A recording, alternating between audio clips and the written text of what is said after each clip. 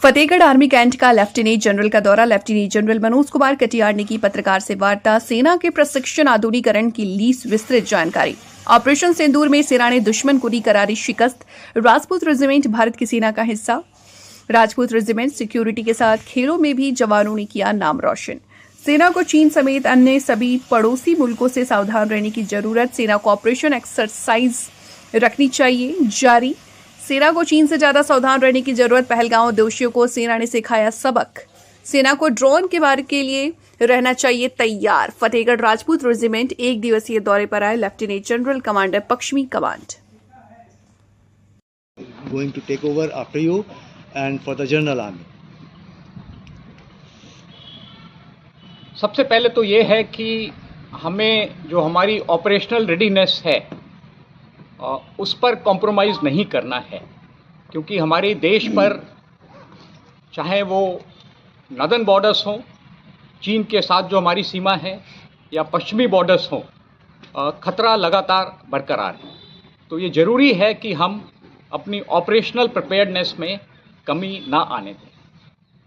इसके साथ साथ एक संदेश और जो मैं हमेशा सेना को देना चाहता हूं और बतलाता हूं, वो ये है कि सेना में हमको अपना जो अपॉलिटिकल और सेकुलर कैरेक्टर है, यानी कि गैर राजनीतिक और गैर सांप्रदायिक, वो बरकरार रखने की ज़रूरत है।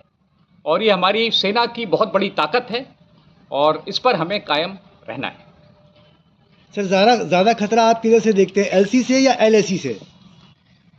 खतरा दोनों जगह से है।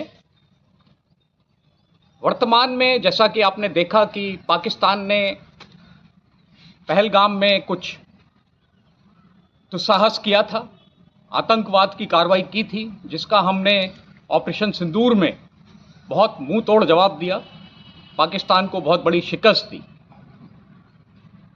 पर चीन की सीमा पर भी हमें सावधानी बरतने की ज़रूरत है। तो दोनों सीमाओं पर हमको सावधान रहने की आवश्यकता है। पहलगाम घटना में सर क्या कुछ इंटेलिजेंस फेल्योर की बात सामने आती है? पहलगाम एक बहुत मानना ये कहना चाहूँगा कि बहुत दुखद घटना थी और जो भी इस घटना के जिम्मेवार थे, हमने उनको पूरी तरह से सबक सिखाया है। भले ही जिन लोगों ने इस आतंकवादी हमले को अंजाम दिया था, जो टेररिस्ट थे, उनको ख़त्म किया, और जिन लोगों ने इसकी प्लानिंग की थी और जिन्होंने इसका रूपरेखा रची थी, उनको भी हमने उनके हेडक्वार्टर्स में, उनके कैंप्स में जाकर बर्बाद किया। तो ये एक बहुत बड़ी सफलता थी भारतीय सेना की और हमारे देश की, जिस तरीके से हमने ऑपरेशन सिंदूर को में जीत हासिल की।